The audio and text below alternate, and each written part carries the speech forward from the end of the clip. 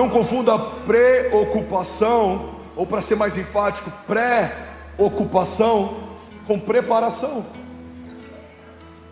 Não, eu não estou ansioso, eu só estou me programando, eu só estou planejando, eu só estou tentando me antecipar. Não. Existe uma diferença de preparação para preocupação. A preocupação te deixa exausto antes do gigante chegar. A preparação te prepara para quando ele chegar. Então como que é o preparo? O preparo é você se ferramentar, se encher. Você está pronto para algo. E a preocupação? Você não faz o que precisava fazer, não se enche do que precisava se encher. Você não está preparado para o que precisava se preparar. Mas a sua mente está desesperada por algo que ainda nem chegou. Cara, eu estou preocupado com esse ano, eu estou preocupado com esse mês, eu estou preocupado com esse contrato, eu estou preocupado com esse negócio, eu estou preocupado com essa reunião, eu estou preocupado com essa ligação que eu recebi, eu estou preocupado com o que vão falar, eu estou preocupado... Ei, irmão, guarda isso. Uma preocupação te deixa cansado antes do gigante. Uma preparação te deixa pronto para o gigante. Faz sentido? A Bíblia diz que quando Davi enfrenta aquele gigante, ele já tinha antes enfrentado urso e leão. Eu já falei sobre isso aqui. O preparo de Davi não era só um preparo em relação à luta, porque senão a gente vai acreditar que o poder sobrenatural de Deus em Davi estava ligado a um preparo como um lutador. Davi não venceu o gigante porque ele era um bom lutador apenas. Davi venceu o gigante porque ele aprendeu a confiar no Deus do livramento quando veio uma ursa. Ele aprendeu a confiar no Deus do livramento quando veio o leão. E ele sabia confiar no Deus do livramento quando veio o gigante. A história do preparo de Davi não fala sobre um lutador de MMA sendo preparado com animais para quando fosse lutar com o seu maior opositor. A história de Davi fala sobre o preparo de um homem de Deus que aprendeu a confiar no meio de animais e algumas retaliações quando ninguém via, para que estivesse pronto para confiar de novo em Deus quando todo mundo estivesse olhando. Irmão, o seu preparo muitas vezes acontece em meio a ambientes de invisibilidade. Ninguém está vendo. Mas quando todo mundo precisar ver, você está pronto. Eu não lembro de quem é essa frase, mas eu amo ela. E o autor diz o seguinte: me perguntaram certa vez quanto tempo eu demoro para preparar um sermão, e a minha resposta foi: leva uma vida inteira. Quanto tempo, pastor, para preparar o sermão de hoje? Uma vida inteira. Comecei a lidar com medo quando me converti, lido com ele até hoje e vou lidar até o último dia da minha vida. O medo está ao redor de todo mundo. Se eu falar para você que o medo não bate à minha porta, eu sou um mentiroso, mas eu tenho desenvolvido a habilidade de não aceitá-lo como um conselheiro. O medo bate à porta de todo mundo todos os dias. Bateu a porta do coração de Jesus. A Bíblia diz que quando ele está próximo de ser entregue, ele faz uma oração e ele fala: Pai, se possível for, afasta de mim esse cálice, mas todavia seja feita a sua vontade. Irmão, a questão não é o que o medo tenta fazer com a gente, a questão é como a gente reage com aquilo que o medo faz. O medo tentou desanimar Jesus, mas Jesus coloca aos pés do Pai dele toda a sua ansiedade. A Bíblia diz que ele chega ao ponto de ter o que alguns médicos podem considerar, clinicamente falando, talvez uma crise de pânico. Jesus transpira sangue. Segundo a medicina, é o quadro de maior estresse que o ser humano pode dar antes de desligar o seu sistema nervoso. Irmão, ele transpirou sangue, ele estava, segundo o próprio Jesus, sentindo uma angústia mortal. Jesus chama os seus discípulos e ele fala: eu sinto uma angústia mortal, orem comigo. O homem que ensinou o Pai Nosso, o verbo vivo, sente angústia. Por quê? Porque a morte bate a porta. A preocupação de Jesus não era com a morte, porque senão a gente vai acreditar que Jesus ficou abatido mais do que os mártires que vieram depois dele. A preocupação de Jesus era com o afastamento entre ele e o Pai. Pela primeira vez na história, quando ele tomasse o cálice do jugo, quando ele recebesse sobre si o juízo, quando ele recebesse sobre si o nosso pecado, ele deixaria de ser um com o Pai e ele seria pecador. É por isso que em toda a Bíblia Jesus chama Deus de Deus, mas naquele momento ele chama Deus de Pai, mas naquele momento, pela primeira vez, a gente vê Jesus chamando Deus de Deus. Eu só falo o que eu ouvi o meu Pai falar, eu só faço o que eu vejo o meu Pai fazer. A oração: Pai nosso que estás nos céus. Você é bom, não, bom é o Pai que está nos céus. Mas quando ele se torna pecado, ele fala: Deus meu, por que me desamparaste? Quando Jesus recebe o pecado, ele deixa de ser um com o Pai, e agora Deus para ele se torna Deus. Por quê? Porque ele se torna pecado. A Bíblia diz que aquele que não cometeu pecado se fez pecado por nós, para que nós fôssemos feitos justiça de Deus. O autor da oração do Pai Nosso deixou de chamar a Deus de Pai, para que nós pudéssemos chamá-lo de Pai. Irmão, guarda isso, o único Filho de Deus se fez homem para que todos os homens pudessem ser feitos filhos de Deus. Essa é a graça do Evangelho. Você está comigo ainda? Diga amém. Então ele transpira sangue, ele sente uma angústia mortal. Está tudo bem sentir medo, mas não tem nada bem, não está nada bem domesticar o seu medo. Gigantes foram feitos para serem vencidos, não domesticados. O meu problema, o meu câncer, a minha dívida, não chama de seu o que Jesus já levou sobre ele. Há mais de 2000 anos atrás, a Bíblia diz que ele levou sobre si o nosso jugo, o nosso juízo, as doenças, as enfermidades, e fez de todo o inferno um espetáculo público triunfando sobre eles na cruz. Eu não sei você, mas a minha vontade é de correr nesse auditório, irmão. Minha vontade é de pular nessa manhã. Alguém comigo aqui? Aleluia! Aleluia! Então guarda isso. Tem problema sentir medo? Não. O problema é aceitar o medo como um conselheiro. Tem problema sentir medo? Não. O problema é abrir a porta e deixá-lo entrar. Tem problema sentir medo? Não. O problema é você olhar para o teu futuro a partir da perspectiva do que o medo diz que vai acontecer, ao invés de pautar a construção da tua história a partir do que Deus já disse que aconteceria. Tem problema sentir medo? Não. O problema é você esquecer que medo é um sentimento. Sentimentos passam, mas as minhas palavras permanecerão para sempre, diz o Senhor. Então quando eu trago sentimento como sentimento e um princípio eterno como princípio eterno, todo sentimento passa, mas a minha fé está ancorada em uma palavra eterna. Deus é por nós, quem será contra nós? O Senhor é o meu bom pastor, de nada eu terei falta. Ele me faz andar em pastos verdejantes, Ele me traz paz, Ele me guarda, Ele me guia, Ele provê, Ele me livra, Ele me salva, Ele me respalda. Deus é por nós, quem será contra nós? Ele me ungiu, o Senhor me ungiu para profetizar a liberdade aos cativos e a restauração de vista aos cegos. O Senhor me ungiu e me chamou para anunciar o ano aceitável do Senhor. O Senhor é bom e a sua misericórdia dura para sempre. Preciso me encher das verdades de Deus, para que quando o medo bata, seja uma verdade que abra.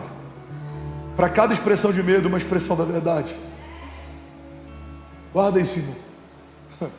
Uau, estou feliz de estar aqui. Alguém está feliz de estar aqui nessa manhã? Para cada expressão de medo, uma expressão da verdade.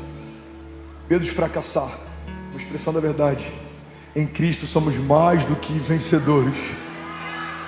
Uma expressão de medo. Eu não vou ter para pagar, vai faltar a despensa, as contas, meu Deus, o negócio. Filipenses 4,19, uma expressão da verdade. O meu Deus suprirá todas as necessidades de vocês segundo as suas riquezas em glória. Uma expressão do medo. Será que essa doença vai me levar? Será que eu vou conseguir romper? Será que eu vou conseguir? Uma expressão da verdade. Isaías 53. Certamente Ele levou sobre si as nossas doenças e enfermidades, e o castigo que nos trouxe a paz estava sobre Ele, e pelas suas pisaduras nós fomos sarados. A questão não é se o medo vai bater a porta. A pergunta que eu quero que ecoe em você, não só hoje, mas na sua jornada de fé, é: quando o medo bate a porta, quem abre? Do que você está cheio? Aonde você tem ancorado a tua esperança? Quem é de fato o Senhor da tua história? O que te dá paz? O que te faz crer que esse é o melhor ano da sua vida? Porque a resposta para essas perguntas dizem muito a respeito da constância da sua jornada. Eu conheço homens que a paz que eles têm é no saldo da conta bancária. Irmãos, guarda isso. Tem bilionários que se suicidam quando se tornam milionários. Por mais que seja ridículo para quem olha de fora de forma sistemática, para quem fez do dinheiro o centro da sua segurança, a ausência dele gera um medo absurdo.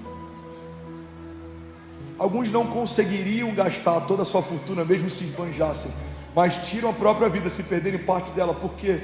Porque fizeram da sua fortuna a sua segurança. A Bíblia diz que onde está o teu tesouro, lá está o teu coração.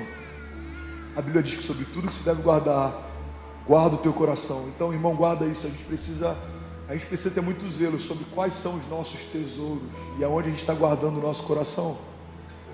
Porque a Bíblia diz que é desse lugar que provém as fontes de vida. É por isso que eu sou desprendido ministerialmente, é por isso que eu sou ousado em alguns momentos. Eu falo com muita vulnerabilidade e sem falsa modéstia. Deus sabe, e amigos de bastidores sabem quantas vezes eu coloquei tudo à prova. Ou é a visão que Deus me deu, ou eu estou fora. Ou é isso daqui, ou eu estou fora. E alguns falam, por que você é tão ousado, cara? Porque eu sei em quem eu confio. Eu sei quem me viu quando ninguém via. Eu sei quem ouvia o meu choro quando ninguém ouvia a minha mensagem. Eu sei quem prometia coisas para mim, mesmo sem precisar me prometer nada. Eu sei em quem eu tenho crido. Eu conheço o Deus que me tirou do leito do hospital. Eu sei quem é que proveu quando tudo parecia que não ia acontecer, quando todas as portas se fecharam. Eu sei quem me defendeu quando homens tentaram me caluniar. Eu sei quem soprou meu nome quando tentaram apagá-lo, irmão. Eu sei. Então, quando o medo bate a porta, eu não tenho coragem de olhar para tudo que eu vivi com Deus e ter uma dúvida se de fato Ele vai fazer de novo. Irmão, é impossível sentir medo caminhando ao lado de Jesus e se lembrando quem Jesus é. Porque tudo que vai se apresentar diante de você, Ele é a resposta. Para toda falta, Ele é a resposta. Para toda dúvida, Ele é a resposta. Para todo levante, Ele é a resposta. Para todo principado e potestade, Ele é a resposta. Ele é tudo em todos, Ele é tudo o que a gente precisa. Quando a gente fala que Ele é suficiente, isso é muito forte. Eu reconheço Jesus como meu único, ou seja, não tem outro Deus em quem eu me garanto, não tem outro altar que eu edifique, não tem outra segurança que me sustente, não tem outra base de segurança ou paz que me mantenha de pé. Não é o saldo da conta, não é a geografia, não é o ministério, não é o status, não é a vaidade, não é a aprovação de homens, não são as opiniões ao meu redor. Ele é o meu único, ou seja, não há outro, e suficiente Salvador. O que significa suficiente? Nada precisa ser acrescentado. Ele é completo, Ele é perfeito. A palavra dele é tudo que eu preciso. Ele é tudo que eu preciso. Ele é tudo que eu quero ter. Ele é tudo que eu quero ser. Ele é o centro. Ele é o princípio e o fim. Ele é o alfa e o ômega. Ele é o maravilhoso conselheiro, Deus forte. Ele é o Pai da eternidade, príncipe da paz. Ele é o Jeová Jireh, o Deus que provê. Ele é o Jeová Rafa, o Deus que cura. Ele é Jeová Nissi, a nossa bandeira. Ele é Emanuel, Deus conosco. Ele é o princípio de todas as coisas, e nele tudo subsiste, para que em tudo tenha plenitude. Ele é a primícia de Deus, a primeira parte de Deus. Ele era o único Filho de Deus, se tornou o primeiro de muitos. Ele é o Verbo vivo. Ele faz parte da Trindade. Ele, o Pai e o Espírito Santo são uma só coisa. Como ter medo se dentro de você habita o mesmo poder que ressuscitou Jesus Cristo dos mortos?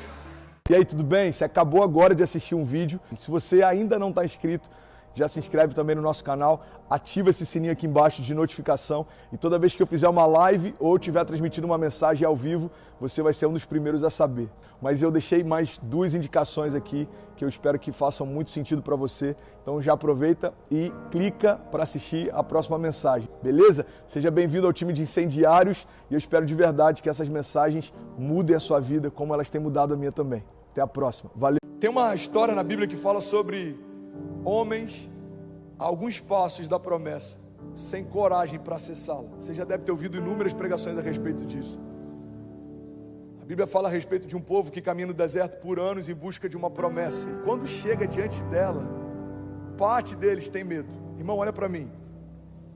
Crer que tem uma promessa é o primeiro passo. Caminhar em direção a ela é o segundo passo. Não desistir enquanto você não se aproxima dela é o terceiro passo.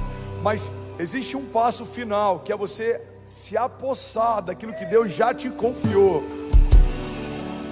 Cuidado com as falsas linhas de chegada.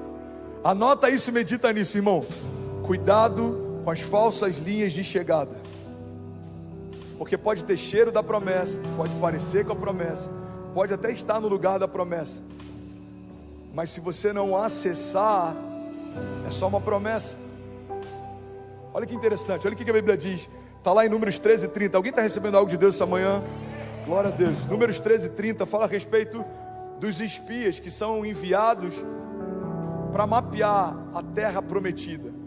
E o que eu acho interessante é que o nome por si só chega a ser quase uma ironia de Deus.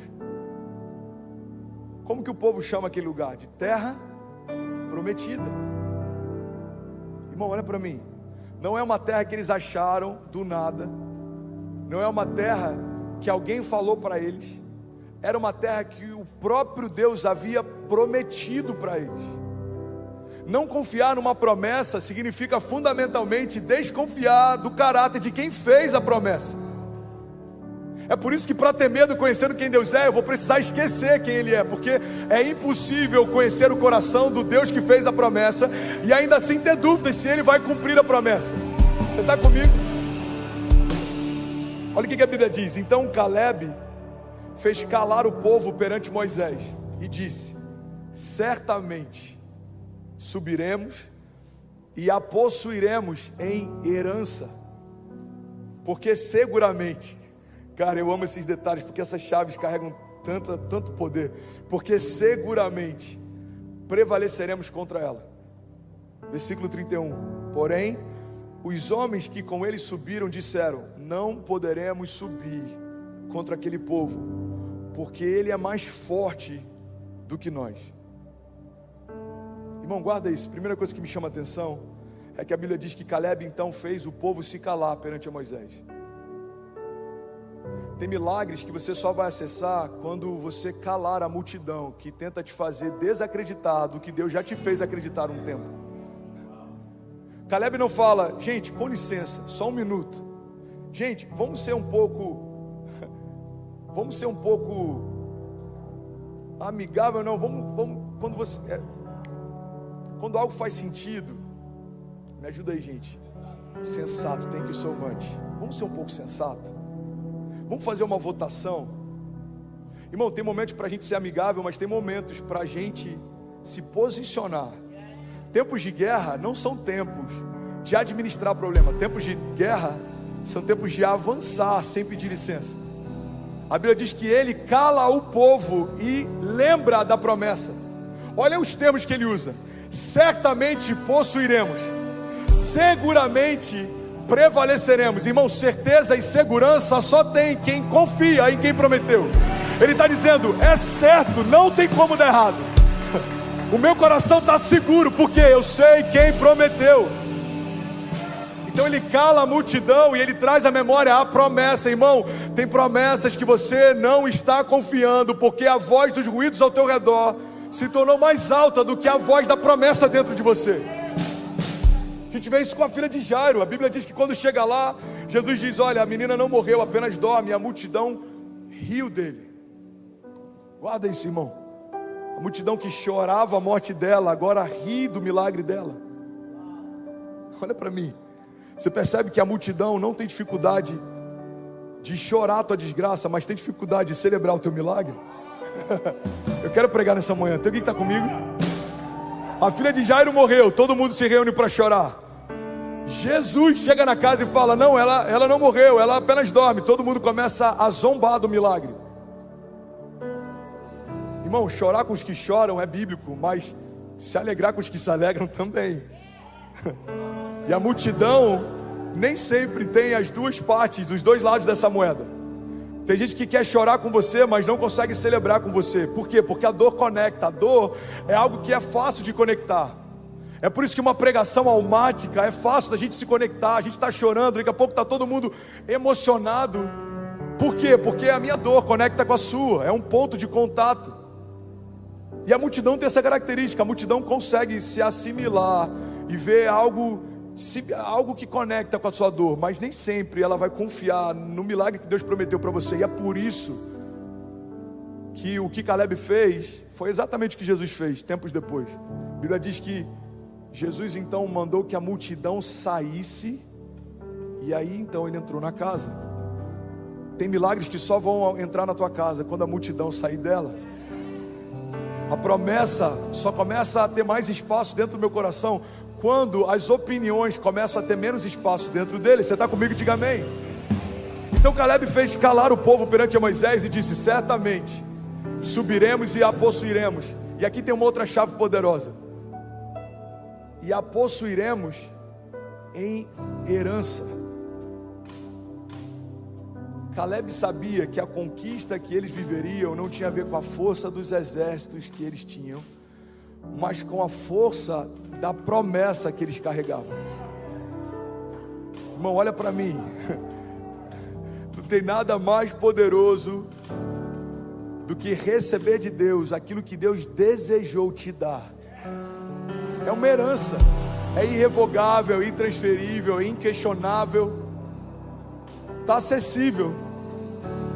O que eu preciso ter? O que eu preciso fazer então, pastor, para poder ter acesso à minha herança? Primeiro, você precisa conhecer ela. Alguém que não sabe a herança que carrega é como alguém que não carrega herança nenhuma. Segundo, você precisa ter consciência, maturidade para receber a herança. A Bíblia diz que o herdeiro, enquanto é menino, de nada difere do escravo, mesmo que seja dono de tudo. A Bíblia está dizendo, a questão não é se você tem herança, a questão é se você tem maturidade para poder acessá-la. Porque enquanto não temos maturidade para acessar a herança, de nada diferenciamos dos escravos, não temos acesso a nada. Caleb entendeu algo que poucos entenderam. Essa terra vai ser conquistada não porque o nosso exército é bom, mas porque a nossa herança, ela é real. Irmão, deixa eu liberar algo sobre você. Você pode levantar suas mãos em nome de Jesus? Eu declaro que 2022 vai ser um ano de você fazer menos força e viver mais milagres por graça. Favor imerecido marcando seus dias. Favor imerecido levando você a lugares que sozinho você não poderia. Eu declaro em nome de Jesus, a gente não vai caminhar debaixo de uma autojustiça. Não é porque você fez para merecer, é porque Jesus fez e entregou para você. Não é porque você é bom, é porque o Pai é bom e Ele desejou te dar. Eu declaro em nome de Jesus, irmão, a herança que Ele estabeleceu para essa nova estação, sendo liberada sobre você, e nada vai reter aquilo que Deus declarou que te daria. Eu declaro plenitude sobre você e sobre a tua casa, para viver cada promessa que Deus confiou para você. Se você crê nisso, diga amém. Você pode celebrar no seu lugar. A possuiremos em herança. Não tem a ver com o que eu vou conquistar, irmão. Tem a ver com o que eu vou receber. Você só tem que estar lá no dia da batalha. Gideão reúne milhares de homens. Deus fala, tem gente demais. Aí alguns milhares saem. Ele olha, tem centenas. Ele fala, tem gente demais ainda. Até que ficam 300. Ele fala, tá bom. Gideão, isso é para que quando vocês vencerem a batalha, não se orgulhem do número de homens que tinham com você, mas tenham plena convicção que a vitória foi dada pelo Deus que foi com você. Deus não precisa de números, irmão. Ele só precisa que a gente acredite, confie naquilo que Ele disse que faria. Se Deus disse que vai acontecer, declara comigo, já aconteceu. Porém os homens que com ele subiram disseram, não poderemos subir contra aquele povo, porque ele é mais forte do que nós. E aqui tem uma outra chave interessante. Números 13, 33, um pouco mais à frente, eles falam assim, nós éramos aos nossos olhos como gafanhotos, e assim também éramos aos olhos deles. Olha que interessante. Eles olham para o seu exército e olham para aquele exército, e eles falam, aos nossos olhos a gente é como um gafanhoto, e aos olhos deles também. Só esqueceram de perguntar aos olhos de Deus como eles se pareciam. Mas sabe o que é interessante? Olhando para a história deles, isso parece óbvio, mas é exatamente aí que a gente tropeça muitas vezes. A gente se olha e procura no espelho respostas para viver o que Deus disse que a gente viveria, e não encontra, porque não é natural o que vai te dar acesso a uma promessa sobrenatural. A gente olha para os desafios, para os nossos gigantes, e a gente olha para eles e olha para a gente e fala, não tem como acontecer.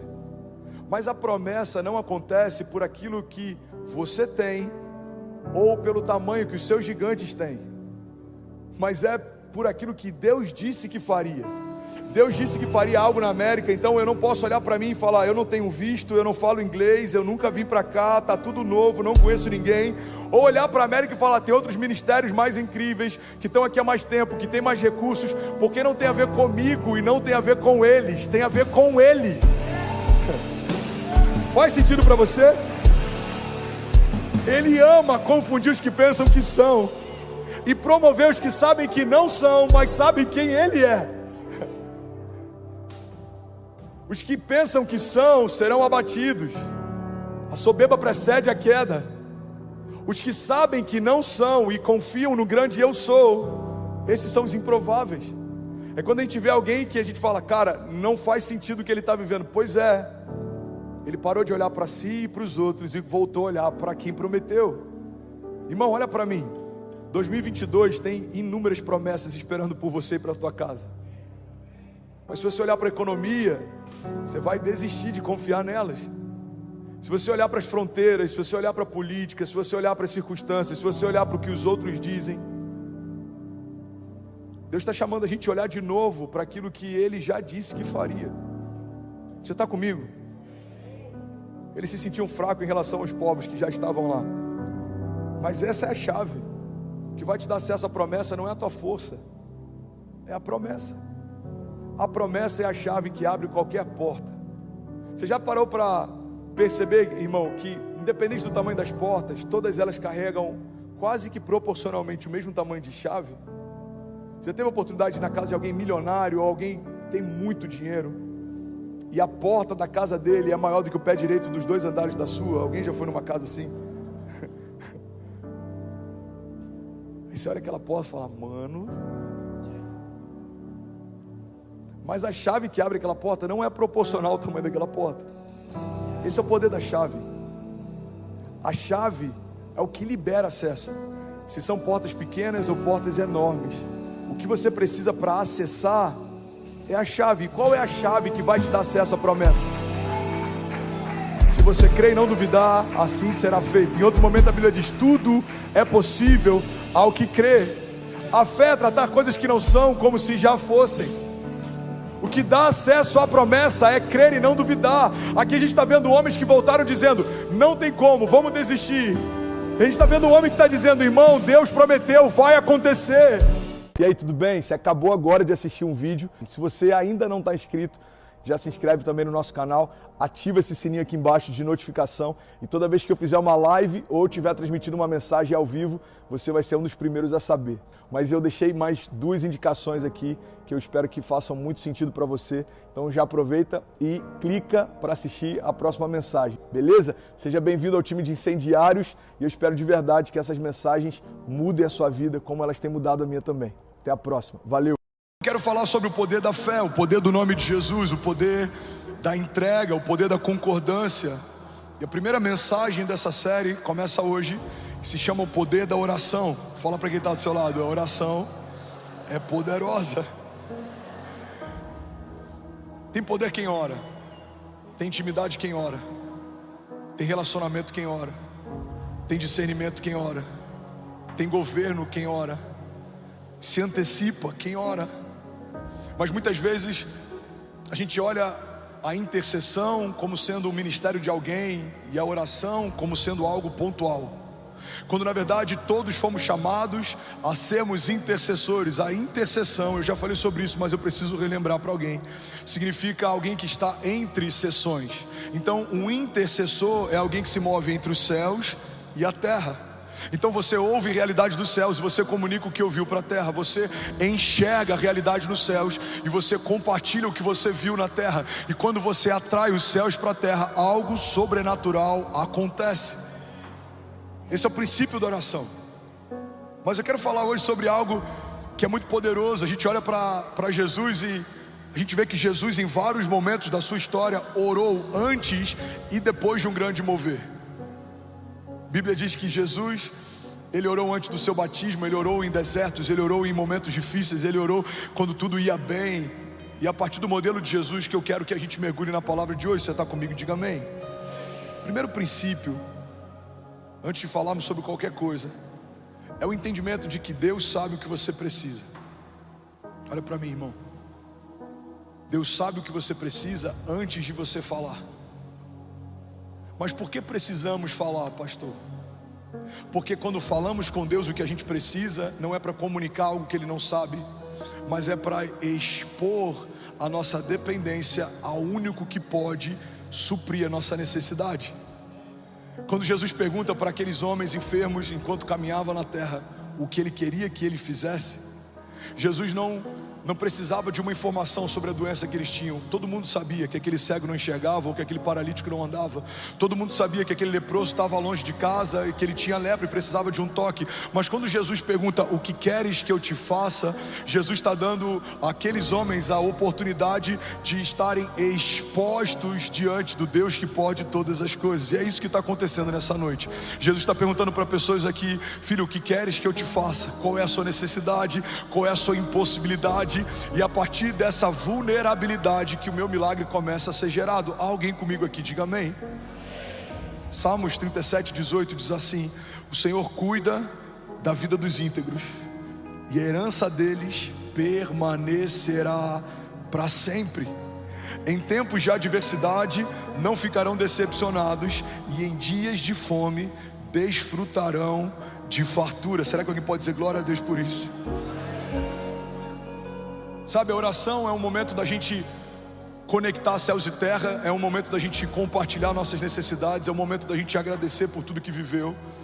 Mas a oração faz muito mais do que suprir o que você pediu ou te dar o que você precisa. A oração te torna mais parecido com Jesus. Eu não lembro de quem é o autor, mas essa frase, ela me impactou. Eu vi um tempo atrás, ela dizia assim: cada vez que eu oro, Deus tira algo meu e coloca algo dele. A oração faz um homem sanguíneo se tornar mais paciente. A oração faz um homem que é escasso se tornar mais generoso. A oração faz com que a gente se quebrante. É impossível você permanecer inflexível na presença do Deus Todo-Poderoso. A gente é quebrantado na presença de Jesus. A gente começa a se render na presença de Jesus. A gente começa a ser vulnerável na presença de Jesus. E todas as vezes que isso acontece, algo sobrenatural acontece em seguida. Eu lembro de um vídeo que eu vi um tempo atrás, de um campo de trigo, e aquela pessoa que plantava esse trigo estava falando que para eles é muito fácil de distinguir o trigo do joio. Aos olhos naturais, para a gente é quase impossível. Eles parecem a mesma coisa, mas para quem trabalha com isso todos os dias, para eles é muito fácil. E aí o repórter perguntou para ele: como é que vocês conseguem distinguir o trigo do joio? Ele falou: é só você esperar o vento passar. Quando o vento bate, o joio ele nunca se dobra, mas o trigo se dobra com facilidade. Por que temos desafios no nosso tempo de oração? Porque muitas vezes a gente tem essa dificuldade de se expor, de se lançar, de se quebrantar, de se derramar. Mas a verdade é que todo milagre sobrenatural acontece a partir do momento em que você se entrega, se derrama. A Bíblia diz que Deus não rejeita um coração quebrantado. Então eu quero falar com você nessa noite sobre um poder que libera o sobrenatural. Eu quero falar nessa noite sobre um princípio que foi, vamos junto, lindão, vamos fluir, que foi negligenciado, que foi esquecido, que muitas vezes foi terceirizado, talvez até subjugado, não foi valorizado. Quantas vezes a gente acreditou que o ministério de oração, o ministério das irmãs do coque, ou a necessidade e a importância da oração é algo que a gente terceiriza para nossa esposa ou para nossa mãe? Quantas vezes a gente se move numa nova estação sem ter tempo com Deus, esperando que alguém ore por nós? Quantas vezes eu recebo mensagens de pessoas pedindo que eu ore por motivos que nem eles mesmos estão orando? Pastor, ora por fulano, ou ora por esse caso. Mas é muito provável que algumas dessas mensagens sejam só alguém terceirizando a importância de algo que nem elas mesmas estão suprindo.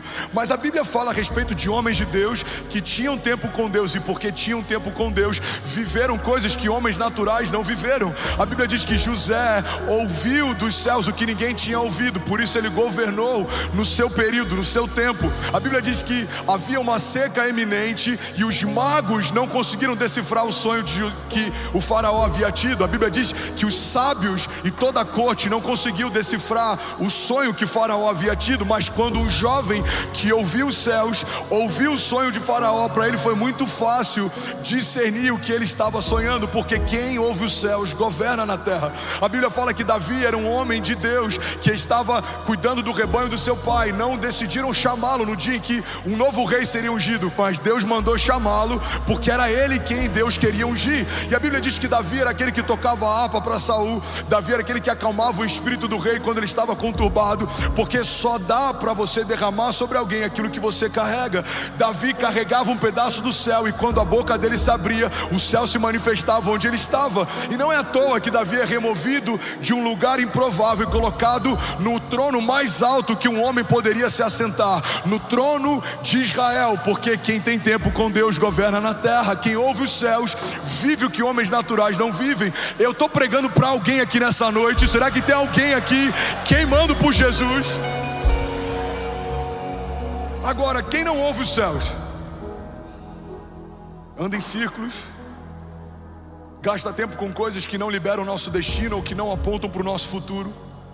Quem não ouve os céus demora décadas para viver algo que com Deus poderia viver em anos. Quem não ouve os céus está sempre dependente da palavra profética de alguém que ouve. Quem não ouve os céus está sempre consultando profetas como se fossem videntes, ou está sempre em busca de uma migalha de alguém sendo liberada durante 40 minutos de uma pregação no domingo, porque não tem tempo secreto durante a semana. Quem não ouve os céus se torna consumidor e não filho, se torna cliente e não parte da igreja. Quem não ouve os céus, irmão, assiste milagres, mas não consegue liberar nenhum. Quem não ouve os céus até crê que Deus faz algo, mas não crê que Deus vai fazer na sua própria vida. Quem não ouve os céus tem medo do futuro, tem medo do inferno, tem medo dos demônios, tem medo da inveja, tem medo dos levantes. Mas quem ouve os céus pode declarar com autoridade: mesmo que eu ande pelo vale da sombra da morte, mal nenhum eu temerei, porque tu, Senhor, estás comigo. Podem 1000 cair ao meu lado, 10.000 à minha direita, mas eu não serei atingido.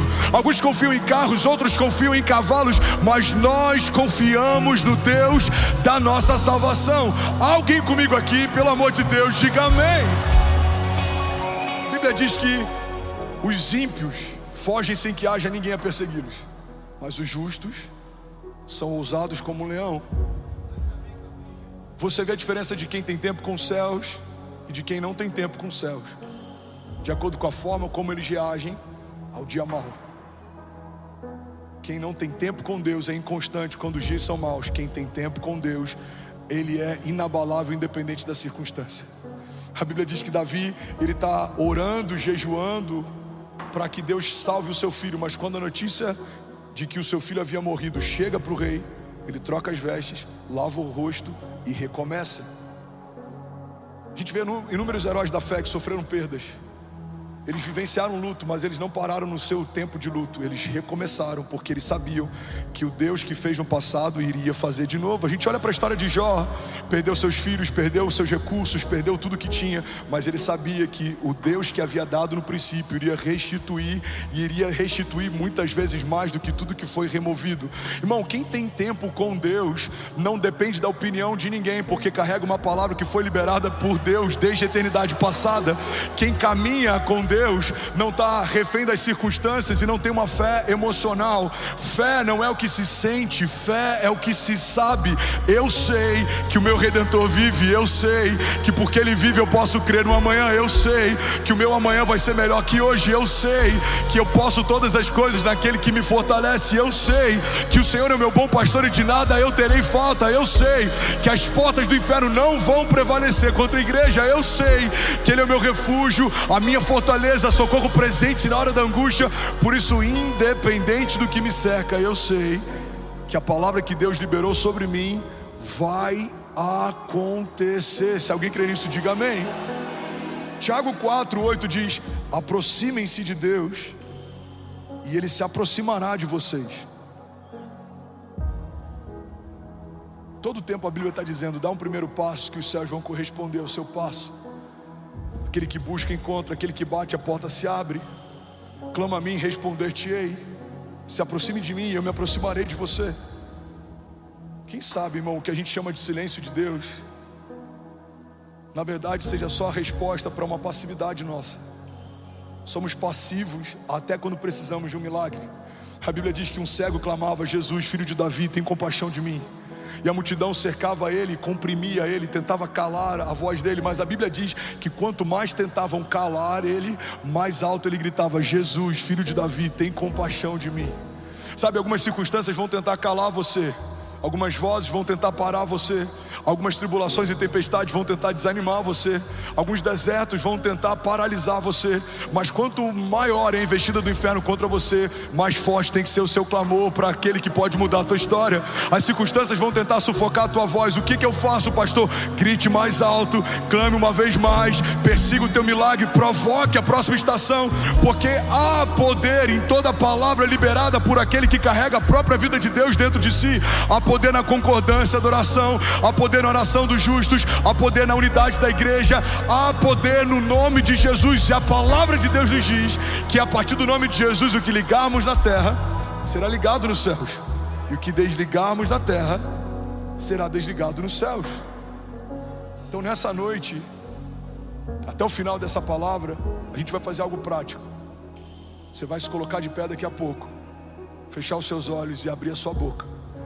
E daqui a algumas semanas você vai testemunhar que coisas que você profetizou e clamou hoje, Deus respondeu em dias. Levante suas mãos, deixa eu profetizar sobre alguém aqui. Pai, eu declaro um exército se levantando de intercessores, de homens e mulheres de oração, de homens que carregam sobrenatural, de homens que carregam um sopro do céu. A gente vai falar de palavras de vida e não de morte. Falaremos de bênçãos e não de maldição. Falaremos de futuro e não de passado. Falaremos de promessas e não de propostas. Falaremos de coisas dos céus e não de levantes do inferno.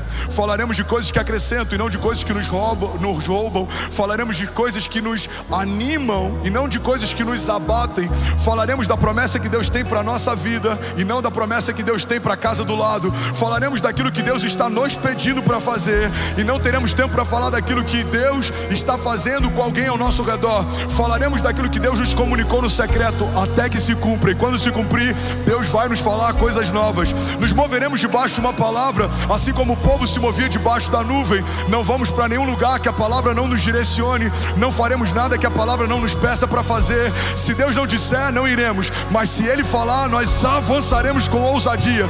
Quando Ele nos pedir, nós daremos. Quando Ele falar avance, avançaremos. Quando Ele falar corra, correremos. Quando Ele falar creia, nós creremos. Mas se os céus estiverem em silêncio, perseguiremos um novo som do céu até que Ele venha. Nós cremos, os céus não estão paralisados, porque Deus não é como deuses feitos por mãos humanas, que tendo olhos não veem, que tendo bocas não falam, que tendo mãos não tocam. Não, Deus é um Deus de verdade, que gera milagres de verdade. E nós somos o seu povo, que se chama pelo seu nome, e nós nos humilhamos, e nós nos arrependemos, e nós clamamos. E a tua palavra diz que se fizermos isso, o Senhor ouvirá dos céus e nos dará respostas. O Senhor mudará nossa sorte, sarará nossa terra. Pai, eu declaro em nome de Jesus uma igreja forte na oração, uma igreja que se move no secreto, uma igreja que carrega a autoridade dos céus. E quando a gente abre a nossa boca, algo sobrenatural não vai acontecer. Algo sobrenatural já aconteceu. Se você crê nisso, irmão, você pode dar um brado de liberdade no seu lugar. Jesus. Como se for para Jesus, você pode fazer melhor. Aleluia. Aleluia. Alguém feliz com Jesus ainda, diga amém. Sabe, Jesus orou no seu batismo, Lucas 3:21.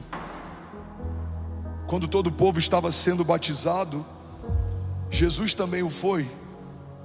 E enquanto ele estava orando, o céu se abriu.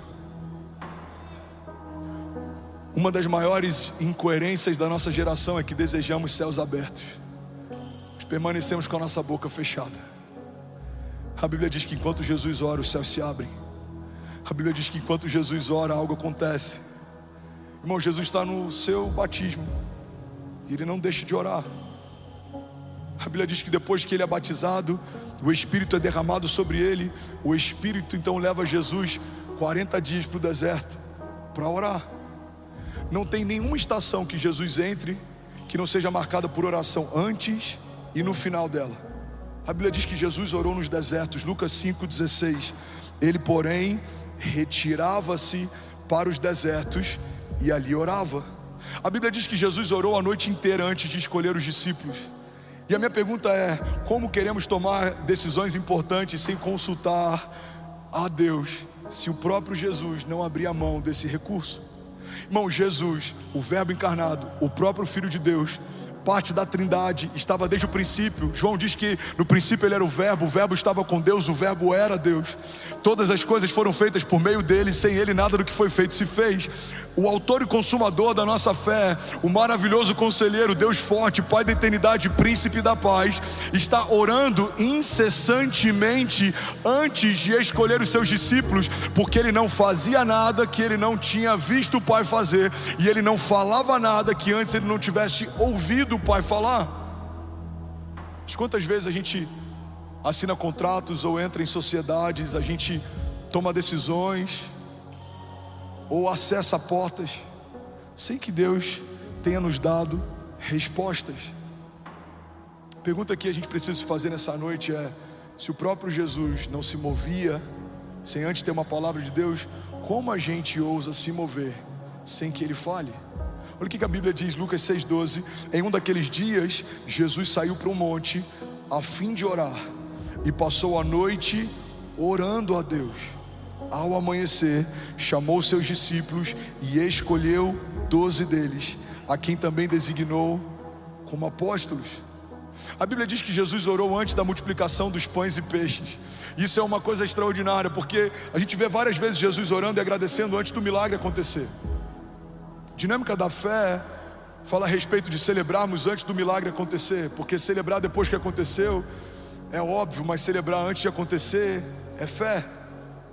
Uma mulher estéril que celebra o filho antes de saber que está grávida, uma família quebrada financeiramente que celebra o novo de Deus antes de um novo contrato chegar, um casal que se divorciou, mas já celebra a boda de casamento, mesmo que o marido ainda não tenha voltado para casa, pais que celebram a restauração de um filho viciado, mesmo que ele ainda não tenha aberto mão de um vício. Irmão, isso é fé.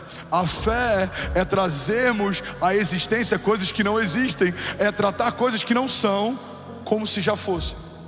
A Bíblia diz que Jesus, antes de multiplicar o pão, já agradece pela multiplicação. João 6,11 diz assim: então Jesus tomou os pães e deu graças e os repartiu entre os que estavam sentados, e tantos quanto queriam comeram, e o mesmo ele fez com os peixes. Mas a Bíblia também diz que Jesus orou depois da multiplicação. Mateus 14:23, tendo despedido a multidão, subiu sozinho ao monte para orar, e ao anoitecer estava ali sozinho. Alguém pode dizer glória a Deus por isso? Irmão, olha para mim, pega isso aqui. Todo tempo de secreto gera recompensa pública. Jesus ora quando ninguém vê. O que ele faz no dia seguinte, todos veem. Jesus ora no deserto enquanto ninguém vê. Quando ele começa a operar em milagres, todo mundo vê. Jesus ora antes dos pães serem multiplicados. Depois que os pães são multiplicados, ele se separa para orar também. Jesus ora antes de ser batizado, enquanto é batizado, e depois de ser batizado também. Jesus ora antes de escolher os discípulos, e quando ele está quase entregando o seu espírito nos seus minutos finais de vida também. O que vemos na vida de Jesus, muitas vezes, é uma vida de poder sobrenatural, mas o que não percebemos na vida de Jesus é que esse poder sobrenatural não é causa, é consequência. É uma vida de oração, gera poder sobrenatural que opera milagres. A igreja anseia por viver milagres, sinais e maravilhas, mas para isso precisamos ter uma vida firmada em oração. Paulo diz que a oração no Espírito, ela é infrutífera para a nossa mente, ou seja, ela não gera nenhum entendimento racional, mas ela edifica o nosso espírito. É como se o Espírito de Deus testificasse ao nosso espírito a respeito das coisas de Deus. Em outro momento a Bíblia diz que essa oração são como gemidos inexprimíveis. Tem coisas que você nem sabe que precisa, mas o seu espírito sabe. Tem coisas que você nem sabe que estão preparadas para você, mas o Espírito de Deus sabe. E quanto mais você tem tempo com Deus, mais sensível você vai ficando a respeito das coisas de Deus. Sabe uma das características que a oração desenvolve na gente? Algo que a gente chama de impressão no Espírito. Você entra no lugar e você sabe, esse lugar não está legal. Você entra numa casa, você já sabe, o ambiente aqui não está legal. Você vai para uma reunião de negócios, você olha nos olhos de quem você teoricamente vai se tornar sócio, você sabe, cara, o olhar dele não está legal. Você entra num culto, você discerne, o ambiente não está legal. Por que você tem esse discernimento? Porque o seu espírito ouve do Espírito de Deus a respeito das coisas de Deus. É um desperdício, irmão, se tornar filho de Deus, mas não acessar os recursos do reino do seu Pai. Ele vai te dizer o que é para fazer, quando é para fazer. Ele vai te dar a palavra de sabedoria na hora certa. Ele vai te dar discernimento de motivações, de atmosferas, de ambiente. A Bíblia diz que o sábio a todos discerne, mas por ninguém é discernido. A Bíblia diz que o sábio discerne tempos e estações. Ele faz a coisa certa no tempo certo. Mas tudo isso é gerado num ambiente em que ninguém vê. Sabe, não são as nossas lives de oração, é a nossa oração no secreto.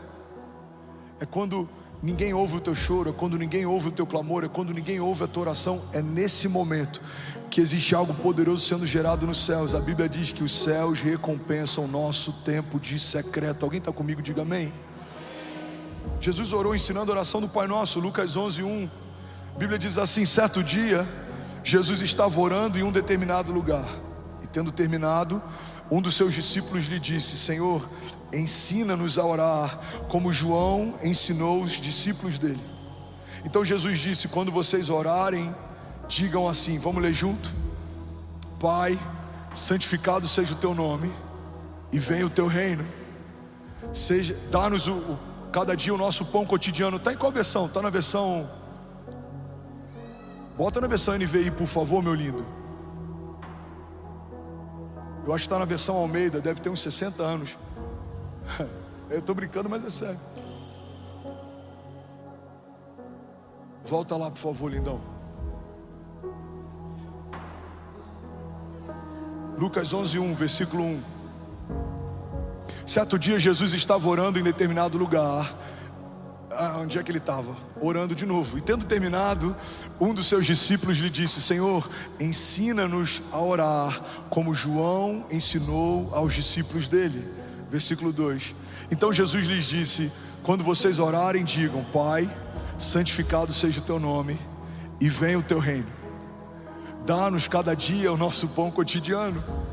Perdoa os nossos pecados, pois também perdoamos a todos os que nos devem, e não nos deixe cair em tentação. E algumas versões diz: mas livra-nos do mal. Amém. A oração do Pai Nosso é uma oração que muitas vezes a gente ora junto antes de um jogo de futebol. A gente vê a seleção brasileira orando antes de uma partida importante, mas muitas vezes a gente ora de forma automática. A oração do Pai Nosso carrega os princípios mais poderosos do reino de Deus, porque fala a respeito de dependência e de reconhecimento da pessoa de Jesus e da autoridade que o Pai carrega. Santificado seja o teu nome, venha a nós o teu reino, seja feita a tua vontade. O pão nosso de cada dia nos dai hoje, perdoa as nossas ofensas, não nos deixa cair em tentação. A oração do Pai Nosso coloca a criação no seu devido lugar e coloca o Deus Criador no seu devido lugar também. Quando você ora segundo esses princípios, você reconhece que se não for o Senhor, você não pode nada. Se não for o Senhor, eu não tenho o que comer. Se não fosse o perdão de Deus, eu não tenho nem como perdoar. Se não fosse a vontade de Deus, eu não tenho como me mover. A oração do Pai Nosso é uma oração que foi ensinada por Jesus e carrega alguns princípios que são fundamentais no reino de Deus. A gente vê Jesus ensinando a oração do Pai Nosso, mas a gente também vê Jesus orando na ceia. Mateus 26 diz assim: quando comiam, Jesus tomou pão e abençoando, o partiu e o deu aos seus discípulos e disse: tomai e comei, isso é o meu corpo. E tomando o cálice, dando graças, deu então para eles dizendo: bebei dele todos vocês. Jesus, ele ora em todos os momentos, e inclusive ele ora na cruz e no Getsemane. Mateus 26:36 é um dos momentos mais pontuais dos evangelhos. Alguém está comigo aqui ainda? Diga amém. Versículo 36 diz assim: então chegou Jesus com eles a um lugar chamado Getsemane e disse a seus discípulos: assentai-vos aqui enquanto eu vou orar. Versículo 39, indo um pouco mais adiante, prostrou-se sobre o seu rosto, orando e dizendo: meu Pai, se é possível, passe de mim esse cálice, mas todavia não seja como eu quero, mas como tu queres. Versículo 42, indo então uma segunda vez, Jesus orou dizendo: Pai meu, se esse cálice não pode passar de mim sem eu beber, que seja feita a sua vontade. Versículo 44, e deixando-os de novo, foi orar pela terceira vez, dizendo as mesmas palavras. Uma oração de Jesus no Getsemane é um dos momentos mais angustiantes dos evangelhos, porque é um momento em que a gente vê Jesus tão vulnerável a ponto de transpirar sangue. Jesus está angustiado, ele sente uma angústia mortal. Jesus sabe que pela primeira vez ele vai ser desconectado da Trindade. Jesus sabe que vai deixar de ser justiça de Deus e vai se tornar pecado. Pela primeira vez, o Filho não vai ser mais um com o Pai e com o Espírito Santo. A Bíblia diz que aquele que não cometeu pecado se fez pecado por nós, para que nós fôssemos feitos justiça de Deus. Mas no momento de angústia, o que Jesus faz não é correr ou fugir, o que Jesus faz é orar. Jesus ora antes da multiplicação, Jesus ora antes de se entregar como um pão partido por nós. Jesus ora antes de escolher os discípulos, Jesus ora pelos discípulos antes de enviá-los. Jesus ora antes de ser batizado, Jesus ora assim que foi batizado. Igreja de Jesus, olha para mim, guarda isso com todo carinho. Precisamos orar em tempo e fora de tempo, se quisermos viver a plenitude do que Deus nos prometeu. Você não vai sustentar as promessas da sua casa se não carregar vida de oração. Você não vai conseguir liberar o destino dos seus filhos se você não tiver encharcado da vida de Deus, porque tem poder quem ora. Muita oração, muito poder; pouca oração, pouco poder. A gente ouve isso há muito tempo na igreja, mas precisamos entender que isso é uma realidade. Quando vemos tantas manifestações acontecendo, tantas curas, tantos sinais, tantas maravilhas, Deus abrindo portas, um mover sobrenatural, precisamos entender que isso é uma resposta pública a pessoas que gastam tempo no secreto. Quanto mais profunda é a sua vida de oração, mais extraordinário vão ser os seus testemunhos. E eu não sei qual é a tua expectativa para 2024, mas a minha oração é para que ainda esse ano a gente possa viver o maior romper da nossa história, a gente possa colher coisas que a gente não colheu, a gente possa viver milagres que a gente não viveu. Mas para isso, irmão, não tem expectativa que sustente um milagre sobrenatural se não for a partir de uma vida de oração. Você está comigo? Diga amém. Os voluntários estão comigo, diga amém. Os pastores apaixonados estão comigo, diga amém. Por que tanta resistência nesse culto? Porque esse entendimento muda a vida de uma igreja. Por que tanto silêncio nesse culto? Porque queremos o fruto de uma vida de oração de alguém, mas nem sempre queremos ouvir sobre a necessidade de orarmos mais. Essa pregação para a nossa geração corre o risco de se tornar até entediante. Muitos querem ouvir sobre avivamento, poucos querem entender como os avivamentos começam. A Bíblia fala que Elias orava e algo acontecia. A Bíblia fala que Josué, a Bíblia fala de homens de Deus: Moisés, Davi, José, Pedro, Paulo. Todos esses homens foram marcados por Deus no secreto. Lemos sobre as suas recompensas públicas, não conseguimos ter ideia do quanto eles geraram em oração aquilo que viveram enquanto todos viam. Igreja, olha para mim, o que vamos viver como igreja, o que você vai viver como casa, não se compara com aquilo que você viveu até aqui. A Bíblia diz que olhos não viram, ouvidos não ouviram e nem penetrou no coração do homem aquilo que Deus tem preparado para aqueles que creem. Mas nesse mesmo texto diz: mas Deus já o revelou por meio do seu Espírito. Algumas pessoas me perguntam: pastor, você imaginava viver o que você está vivendo? Não, há 10 anos atrás não, mas há 2 anos sim. Eu vi aquilo que vivemos hoje quando isso era impossível. Se você me perguntar: André, você imagina que aquilo que a gente vai viver daqui a 10 anos como vai ser? Não, daqui a 10 anos não, mas os próximos 2 Deus já me revelou. A gente não vai andar no escuro tateando, tentando encontrar um caminho, não. Enquanto você caminha, mesmo que os seus olhos não veem, Deus está dizendo o que Ele preparou para aqueles que creem. E os seus olhos não viram, os seus ouvidos não ouviram, não penetrou no teu coração, mas Ele já revelou por meio do Espírito. E esse é o testemunho dos filhos de Deus. A Bíblia diz que o testemunho dos filhos de Deus é que os filhos de Deus caminham pelo Espírito de Deus. Você não vai andar desenganado, você não vai ficar tentando. Irmão, um homem de Deus não tem tempo para ficar tentando. Você não vai tentar Pastor, eu estou namorando com uma pessoa, eu vou tentar para ver se dá certo. Pastor, eu estou vendo um negócio, eu vou tentar para ver se funciona. Não, irmão, você não tem tempo para tentar. Você vai acessar o maravilhoso conselheiro e ele vai te dar um conselho de sabedoria, e você vai se mover com assertividade, e algo sobrenatural vai acontecer. E você não vai depender de conselho de homens. Talvez alguns homens vão te dizer não faça, mas se Deus disse, vai. Porque é melhor ter uma palavra de Deus do que um bom plano. É melhor ter uma direção de Deus do que bons conselhos. A Bíblia diz que existe sabedoria na multidão de conselhos, mas não há sabedoria nos conselhos da multidão. A multidão falaria para Noé, não construa. A multidão falaria para Davi, não enfrente esse gigante. A multidão falaria para Jesus, corra, os soldados estão vindo para te prender. A multidão falaria para Abraão, não sai da sua terra e da sua zona de conforto. A multidão falaria para Daniel, é só você se prostrar e não precisa enfrentar leões. A multidão teria dito para Sadraque, Mesaque e Abidnego, o que custa você se render a um outro Deus, se Deus no fundo sabe que você o adora de verdade? A multidão teria talvez antecipado o ministério de Jesus. Maria tentou fazer isso. A multidão teria talvez abortado o projeto da redenção. Pedro tentou fazer isso. Pedro fala, Senhor, de maneira alguma a gente vai permitir que o Senhor seja entregue. Ele fala, aparta-te de mim, Satanás. Um homem que ouve os céus não se move por conselhos que fazem sentido, mas se move por promessas que foram feitas pela boca de Deus. Você está comigo? Diga amém. Eu quero falar sobre algumas dinâmicas de oração. A gente tem 5 minutos. Alguém consegue ouvir mais 5 minutos dessa mensagem? Diga amém. Somos 13.400 famílias online, mais de 13 nações conectadas. Você pode celebrar quem está com a gente online. Glória a Deus.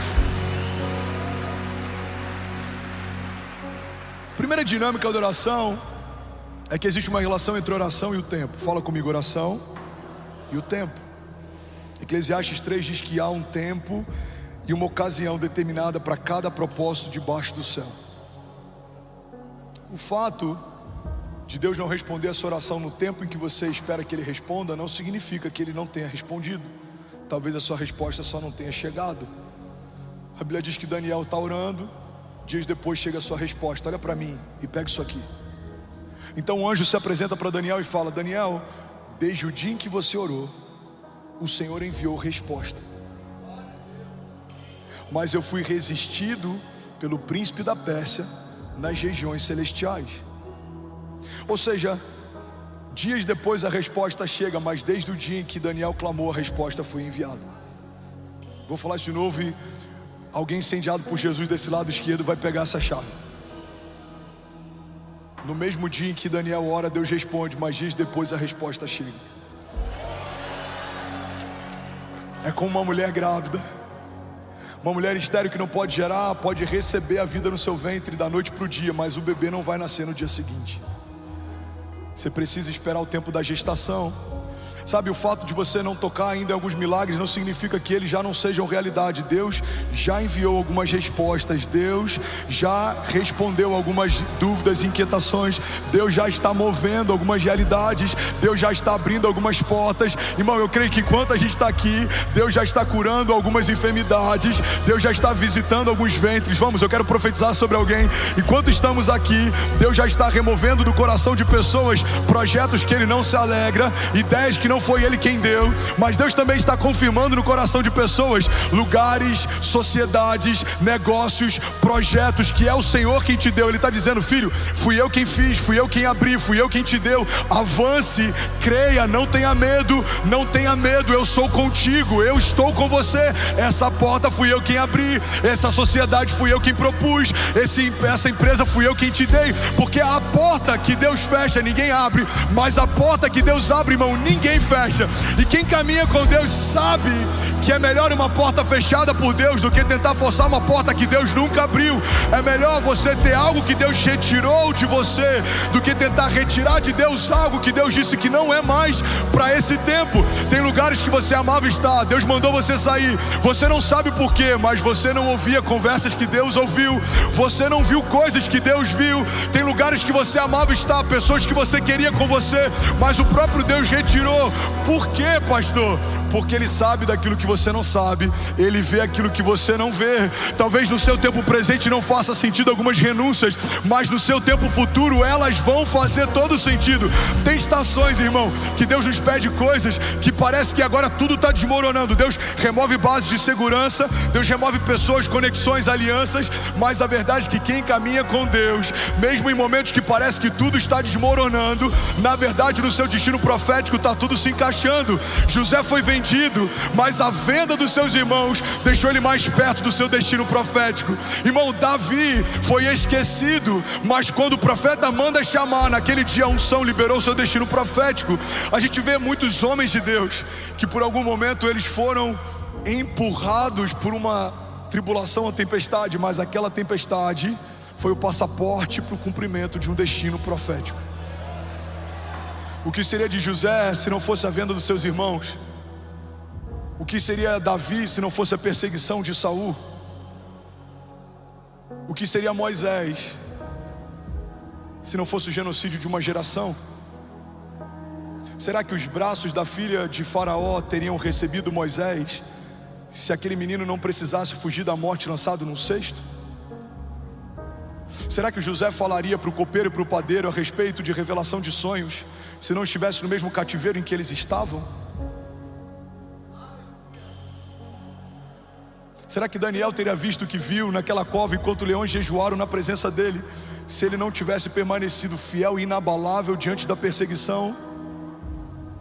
Será que eu e você estaríamos de pé se Jesus tivesse afastado o cálice e não tivesse obedecido à vontade do Pai? Será que a minha casa e a sua seriam salvas se o Filho de Deus preferisse fazer a vontade dele do que obedecer à vontade do Pai? Será que se Jesus não tivesse uma vida de oração, sendo 100% homem, apesar de ser 100% Deus, será que se ele não tivesse consultado ao Pai como consultou no Getsêmani, a nossa história não teria sido diferente? Glória a Deus por Judas, e pela sua traição liberou o destino profético de toda a humanidade. Glória a Deus pela venda dos irmãos de José e pela forma como eles passaram a resisti-lo, empurraram José para o seu governo. Glória a Deus pelo cesto que carregava Moisés no rio. A mulher que iria pegá-lo minutos depois liberaria sobre ele realeza.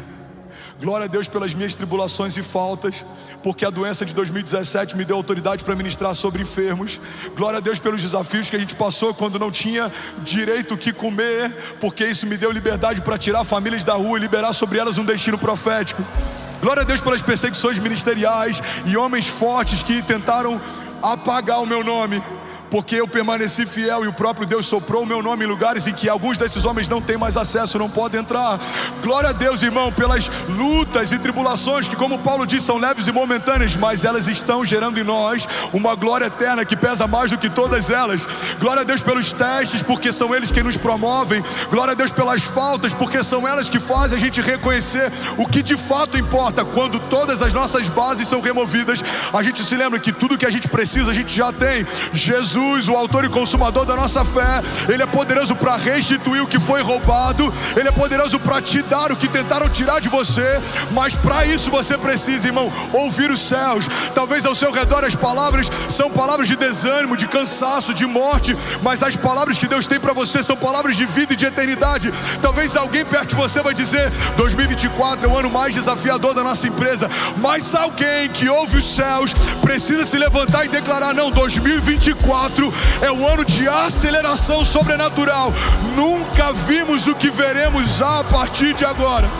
Talvez alguém na tua família vai dizer: eu nunca vi um ano tão difícil, com tantos desafios. Alguém precisa se levantar nessa casa e dizer: não, 2024 é um ano da dupla honra de Deus. Os céus estão abertos e nada vai faltar. Vamos, alguém comigo? Não vai faltar unção, não vai faltar recurso, não vai faltar direção, não vai faltar alegria, não vai faltar saúde, porque alguém que ouviu os céus está comunicando à terra. É tempo de viver milagres, é tempo de se levantar, é tempo de fluir em dons, sinais e maravilhas. Igreja de Jesus, levanta e resplandece. Alguém comigo aqui?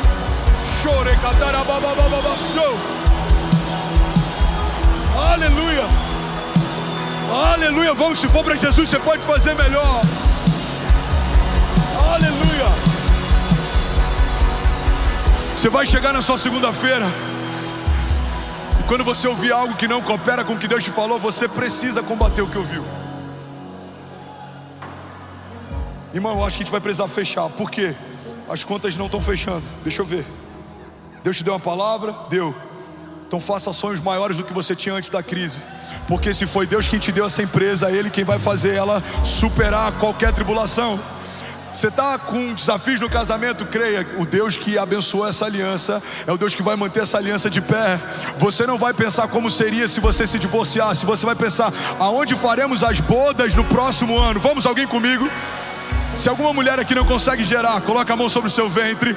Você não vai ficar pensando como seria bom se eu tivesse um filho, não. Você vai pensar qual o nome que ele vai ter quando o Senhor me der. Irmão, a fé é uma dinâmica de antecipação. Tratar as coisas que não são como se já fossem. Alguém comigo aqui, diga amém. Levante suas mãos, declare com autoridade, diga: Pai, eu creio que há poder no nome de Jesus. Diga: eu creio que há poder em toda palavra que sai da boca de Deus a meu respeito. Diga: e a despeito do que o inferno está dizendo, eu carrego uma palavra de Deus. Diga: o Senhor não é homem para que minta, nem filho do homem para que se arrependa. Se Deus disse que vai acontecer, eu sei, no céu já aconteceu. Você pode dar um brado de liberdade no seu lugar. Vamos, será que alguém pode fazer barulho? Aleluia! Aleluia! Aleluia! Alguém feliz com Jesus ainda? Dinâmica da oração, ela tem que levar você para um lugar em que você vai ser incompreendido. Olha para mim e permanece de pé. A gente vai finalizar aqui. Vocês são incríveis. Se as suas orações fossem escutadas, ouvidas, se eu pegasse o seu tempo de secreto e colocasse no microfone aqui, será que alguém acharia loucura ou suas orações estão normais demais? Porque algumas das minhas orações gerariam em você crise. Será que o pastor está bem? Eu acho que ele está empolgado demais. Porque foi assim que trataram algumas palavras e projetos que eu apresentei para a igreja 2 anos atrás. Coisas que se ouviam nos bastidores: o menino está empolgado, ele é novo, isso é normal. Coisas que se ouvem 2 anos depois: ele deve ter visto algo que a gente não viu, porque está acontecendo tudo que ele falou. Mas assim vai ser sobre a sua casa. Recebe isso, assim vai ser sobre os seus filhos. Você vai ver coisas nos seus filhos que ninguém está vendo. Você vai liberar isso sobre eles. Mas um dia, todos os olhos vão ver aquilo que Deus já revelou no Espírito. Você pode ter um filho dislexo, talvez com TDAH, qualquer problema de assimilação, de conexão. Você vai ouvir de Deus quem Ele é, e você vai profetizar sobre Ele quem Ele é. Você é cabeça e não cauda. Você é filho de Deus. Você vai viver algo glorioso. O seu destino é extraordinário. Você vai tocar nações. Você vai ser grande entre os homens. Você vai aconselhar príncipes. Alguns vão olhar e falar: mas não faz sentido. Deus não te chamou para profetizar o que faz sentido. Deus te chamou para profetizar o que olhos não viram, ouvidos não ouviram, não penetrou no coração do homem. Alguém comigo aqui, diga amém. Quantas vezes a gente gasta tempo falando que todo mundo está vendo? O que todo mundo está vendo é óbvio, mas o que Deus vê? É sobre isso que precisamos falar. Como falaremos se não ouvimos? Eu preciso falar o que Deus fala. O que é fé? Fé é falar o que Deus fala, pensar como Deus pensa e ver o que Deus está vendo. A Bíblia diz: no ano em que morreu o rei Uzias, eu vi o Senhor assentado no alto e sublime trono. E haviam serafins que estavam em torno do seu trono, dizendo: Santo, Santo, Santo é o Senhor dos exércitos, e toda a terra está cheia da sua glória. Mas a Bíblia diz que assim que o profeta foi levado à sala do trono, a primeira coisa que ele teve foi angústia, medo. Ele fala: Senhor, ai de mim que sou impuro e habito em meio a um povo de impuros lábios. Então um anjo pega uma brasa viva no altar e toca os lábios dele, e ele vive esse momento que é único. Mas nesse dia algo acontece. A palavra de Deus revela para nós um contraste entre aqueles que caminham na terra e olham para cima, e aqueles que caminham nos céus e olham para baixo. Um homem de Deus que caminha na terra e olha para cima tem medo quando vê a santidade de Deus. Ele acha que está tudo perdido, ele é um homem puro, e o povo em que ele caminha é um povo de impuros lábios. Mas a Bíblia diz que os anjos de Deus, quando olham dos céus para a terra, eles veem que toda a terra está cheia da glória de Deus. Se você olhar Alphaville da terra para os céus, o que a gente vai ver aqui é status, futilidade, comparação, competição, vendedores de sonhos. Mas se a gente olhar Alphaville dos céus para a terra, o que os céus veem? Eu vejo uma onda de avivamento, eu vejo um celeiro para nações, eu vejo um lugar que vai ser chamado de casa de oração, refúgio, porto seguro. Eu vejo uma casa de esperança, eu vejo uma casa de destino. Se você olhasse para a minha casa em 2017, da terra olhando para os céus, o que você ia ver? Senhor, salva o André, o coração dele está parando, a válvula mitral dele está muito mal, o nível da endocardite dele aguda está muito alto, o coração está tomado. Dava para ver de olho nu no exame do transesofágico, na câmera do transesofágico, dava para ver a quantidade de aglomeração de bactérias. Meu coração estava verde. Mas e dos céus para a terra? O que os céus veem?